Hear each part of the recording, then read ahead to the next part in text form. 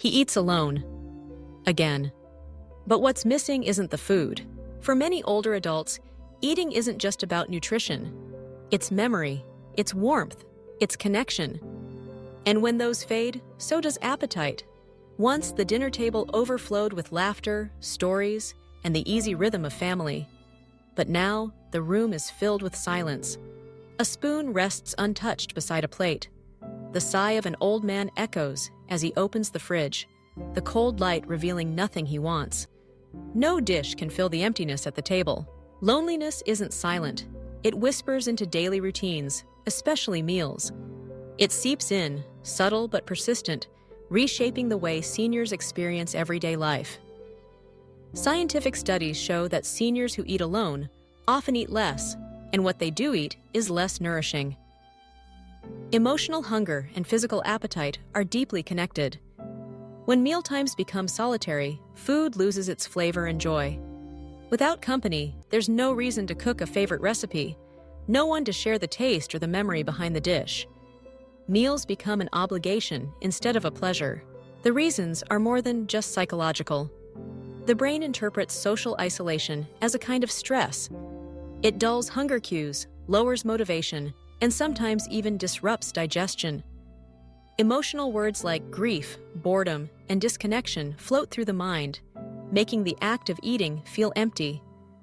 The meal itself becomes a reminder of loss, a partner gone, friends who have moved or passed away, family living far away. Over time, this cycle of eating alone can lead to poor nutrition, weakened immunity, and a decline in both physical and mental health. But it doesn't have to stay this way. There are real, practical ways to help. Invite, don't force. Even a simple video call shared over lunch can bring a sense of togetherness. Just seeing the smile of a loved one, even through a screen, can make a meal feel warmer. Make it meaningful. Prepare favorite dishes that spark conversation or bring back happy memories. Sometimes, the aroma of a family recipe is enough to open the door to old stories. Create small rituals. Perhaps it's tea at 4 o'clock, a garden lunch when the weather is nice, or setting the table with care, even for just one person.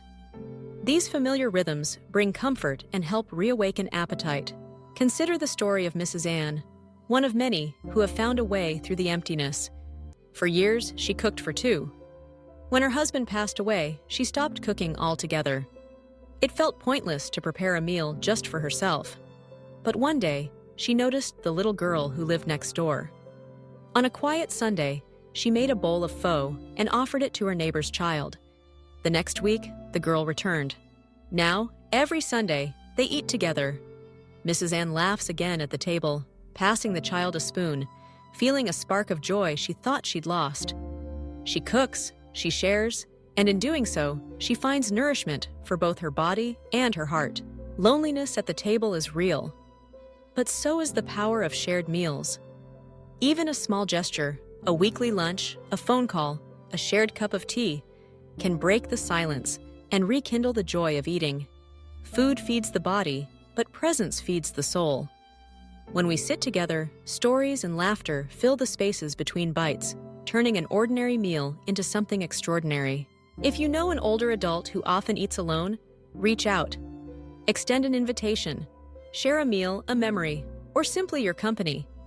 Because in the end, what we truly hunger for is one another. And a little connection, even once a week, can change everything.